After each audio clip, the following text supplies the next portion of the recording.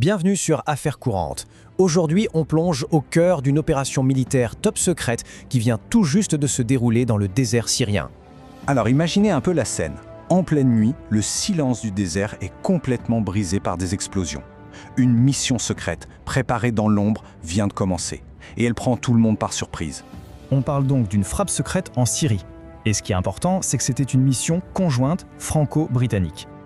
Et oui, la France et le Royaume-Uni main dans la main pour cette opération. Ils ont mis leurs forces en commun pour une seule et même raison. Un objectif vraiment crucial. Bon, pour résumer, c'est assez simple.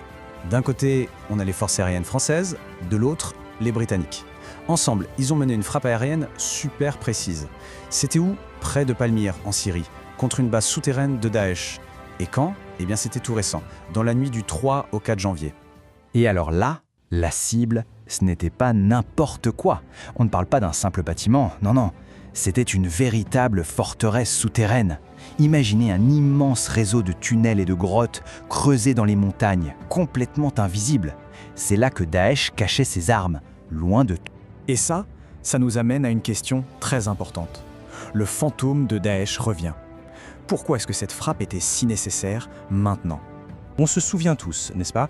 On entendait un peu partout que Daesh, l'État islamique, c'était fini, qu'ils avaient été battus en 2019. Eh bien, il faut croire que non. C'est un peu comme un monstre dans une histoire qui fait juste semblant de dormir. En réalité, le groupe n'avait pas disparu. Il se cachait simplement, pour se renforcer en secret. Et ce ne sont pas que des mots, les chiffres parlent d'eux-mêmes. Tenez-vous bien, on estime qu'il y aura encore entre 5000 et 7000 combattants de Daesh actifs dans la région. C'est énorme. Et le pire, c'est que cette menace, elle n'a fait que grimper en flèche.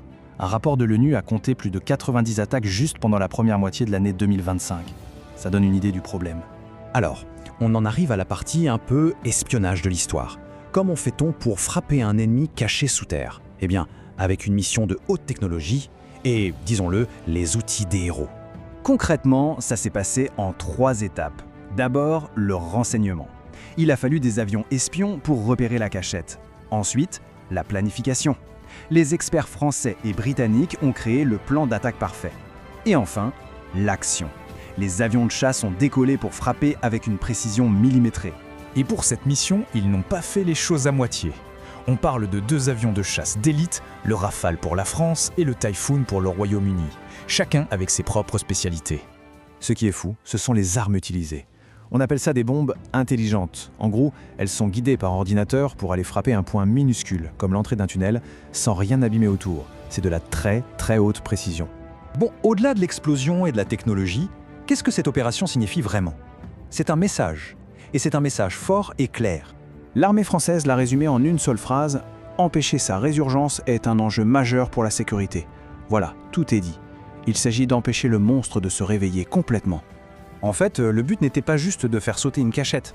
L'idée, c'était de couper leur ravitaillement, de les empêcher de préparer de grosses attaques et de montrer que l'alliance franco-britannique est solide. Et bien sûr, l'objectif final, c'est de protéger l'Europe. Donc, si on doit retenir une seule chose, c'est bien ça. C'était une action préventive. Il valait mieux agir maintenant, de manière ciblée, pour éviter de se retrouver avec une crise bien plus grave sur les bras plus tard. Cette frappe, c'est un coup dur pour Daesh, c'est certain. Mais ça soulève une immense question pour l'avenir. Une frappe comme celle-ci, est-ce que ça peut vraiment éteindre l'incendie pour de bon? Voilà pour ce décryptage. J'espère que ça a permis d'y voir un peu plus clair. Pour continuer à recevoir des analyses simples sur les sujets qui comptent, le plus facile, c'est de s'abonner à Affaires courantes. À très bientôt.